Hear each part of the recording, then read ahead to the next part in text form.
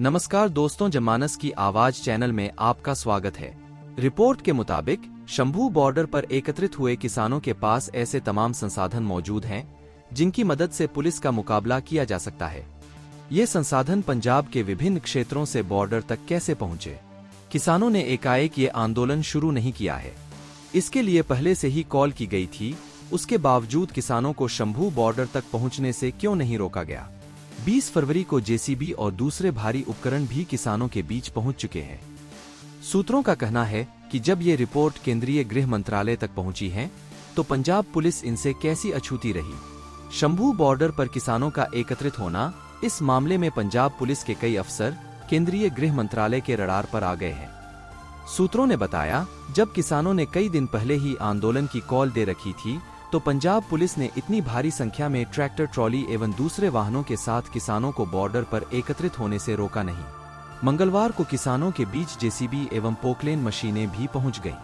हालांकि पंजाब पुलिस की तरफ से यह दावा किया गया था कि किसानों को जेसीबी और पोकलेन मशीनें शंभू बॉर्डर पर ले जाने से रोकने का प्रयास किया गया था। रात को किसानों और पुलिस के बीच झड़प भी हुई थी। इसमें एसएचओ अमनपाल सिंह विर्क और मोहाली के एसपी जगविंदर सिंह के घायल होने की बात कही गई। मंगलवार को शंभू बॉर्डर के जो वीडियो सामने आए थे उनमें आसानी से जेसीबी और पोकलेन मशीनें किसानों के बीच पहुंचाई जा रही थी। पंजाब के विभिन्न इलाकों से जब इन मशीनों को बॉर्डर तक लाया जा रहा था तब पंजाब पुलिस ने इन्हें रोका क्यों नहीं?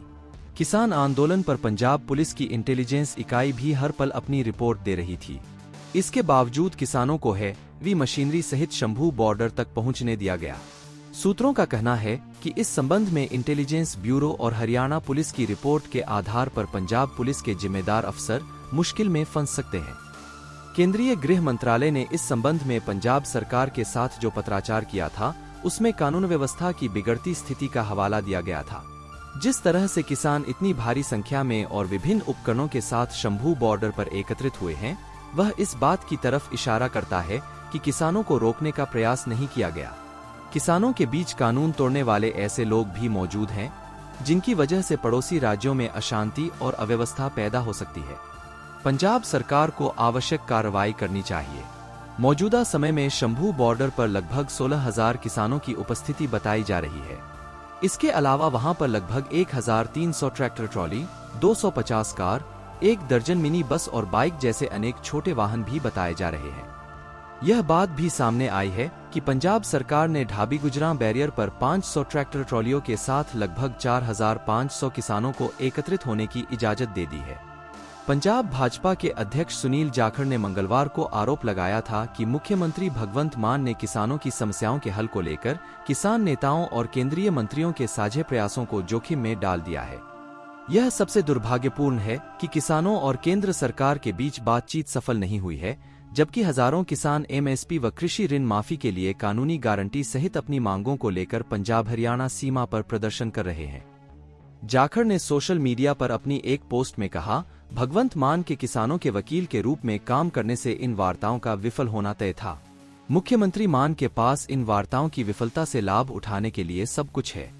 भाजपा नेता ने दावा किया, अब वे भगवंत मान न केवल केंद्र सरकार को बदनाम करने में सक्षम होंगे बल्कि उन किसानों का रुख दिल्ली की ओर मोड़ देंगे जो शुरू से चंडीगढ़ तक मार्च करना चाहते थे। पंजाब के लोगों को आश्चर्य है कि ऐसे व्यक्ति को किसानों का प्रतिनिधित्व करने का वकालतनामा अधिकार किसने दिया, जो न केवल अपनी सरकार बनने के 5 मिनट के भीतर एमएसपी प्रदान करने के अपने वादे से मुकर गया बल्कि पंजाब के किसानों को बाढ़ से हुए नुकसान के मुआवजे में भी धोखा दिया। हरियाणा के मुख्यमंत्री मनोहर लाल खट्टर ने 15 फरवरी को एक प्रेसवार्ता में कहा था कि किसानों ने तो सेना के आक्रमण जैसा माहौल बना दिया है। ये लोग ट्रैक्टर, ट्रॉली और जेसीबी मशीन लेकर आ रहे हैं। इनके पास कई महीनों का राशन बताया जा रहा है।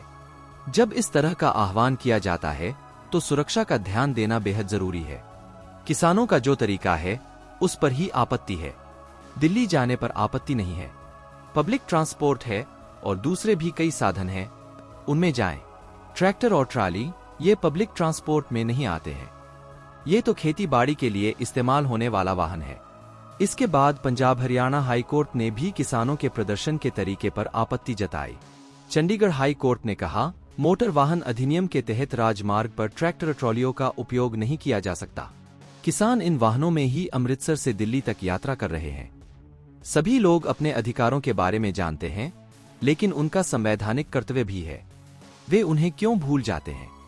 पंजाब सरकार पर सवाल उठाते हुए हाईकोर्ट ने कहा, प्रदर्शनकारियों को बड़ी संख्या में क्यों इकट्ठा होने दिया जा रहा है? पंजाब सरकार सुनिश्चित